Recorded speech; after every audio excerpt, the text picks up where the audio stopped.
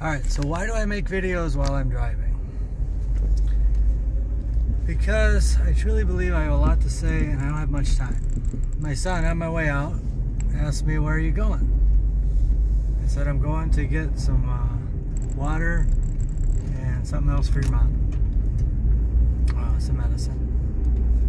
And then I'm going to work." And he goes, "How do you enjoy this, working 24/7? Or he goes, "How do you enjoy this?" And I go, "Enjoy what?" And he goes, "Working 24/7. And with a smile on my face, the joy of the Lord permeating through my being, I said, "The joy of the Lord is my strength."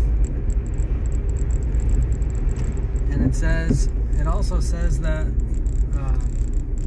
he that keeps his mind on the Lord, he will keep him in perfect peace. And I'm just reminded, actually I'm driving on a donut right now. I'm renting this car.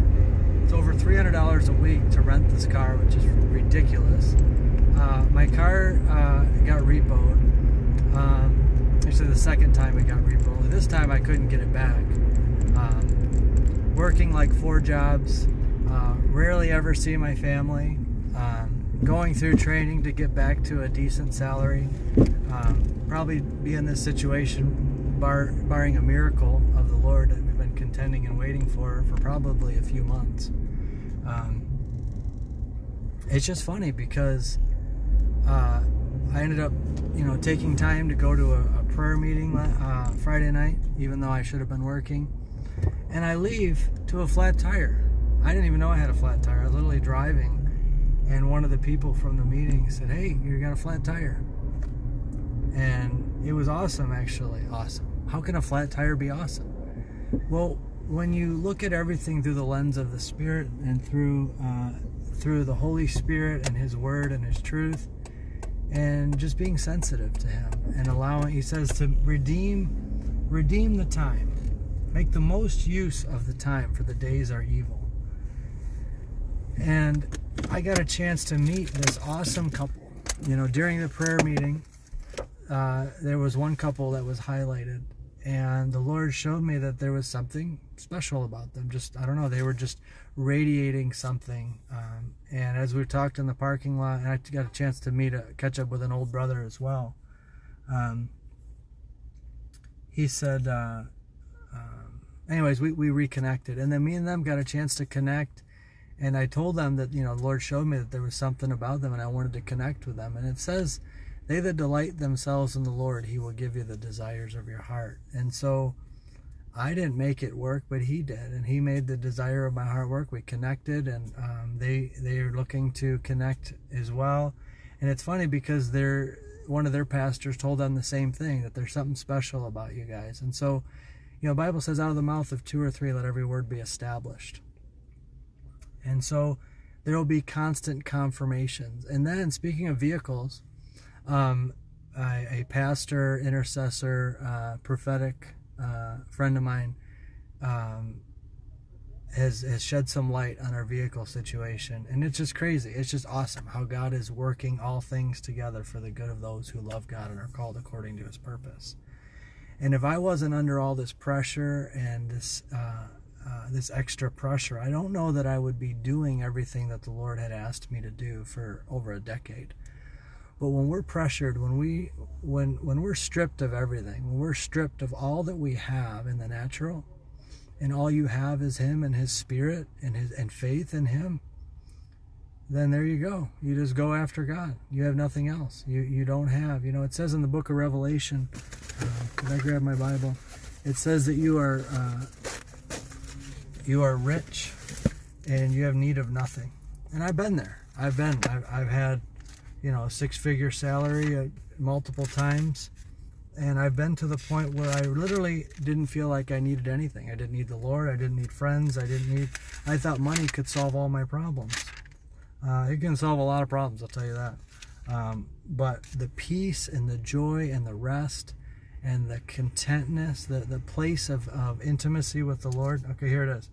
Revelation chapter 2, it says, I'll skip down to verse 8.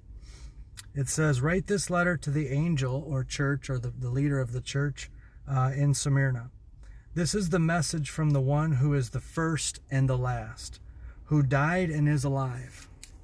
I know about your suffering and your poverty, but you are rich. Whoops, wrong one. That's actually a good one. They're all good, but which one is it here? Whoever is victorious will not be hurt by the second death.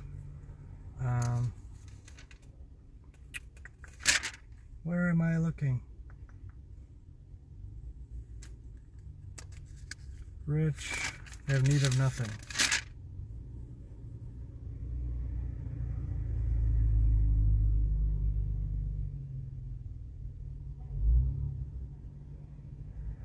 Anyways, it just says it. I have to find it yourself. I gotta go.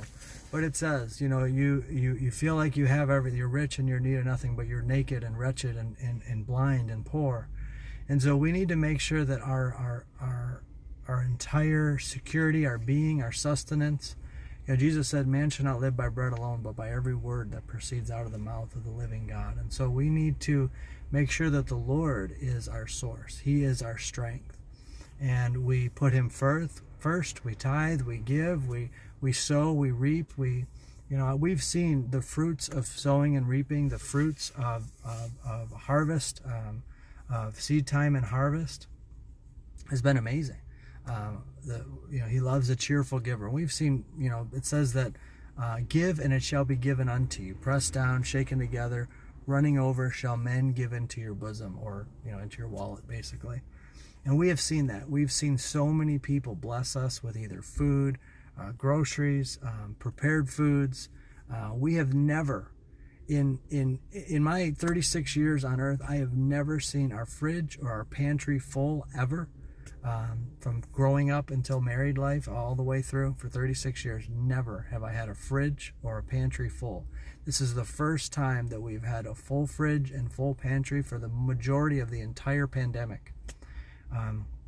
So much we've actually got extra that we've been trying to give away to others. And so it reminds me of Joseph, the surplus, the years of famine, the years of surplus. And so we need to prepare, because God is preparing us to learn how to walk by faith and not by sight. And so he is our source and he is our strength. And so yeah, speaking of, we got a few pounds of ground beef. If anyone needs any, message me. I've been meaning to get that to somebody. So love you guys. Be blessed. See you soon.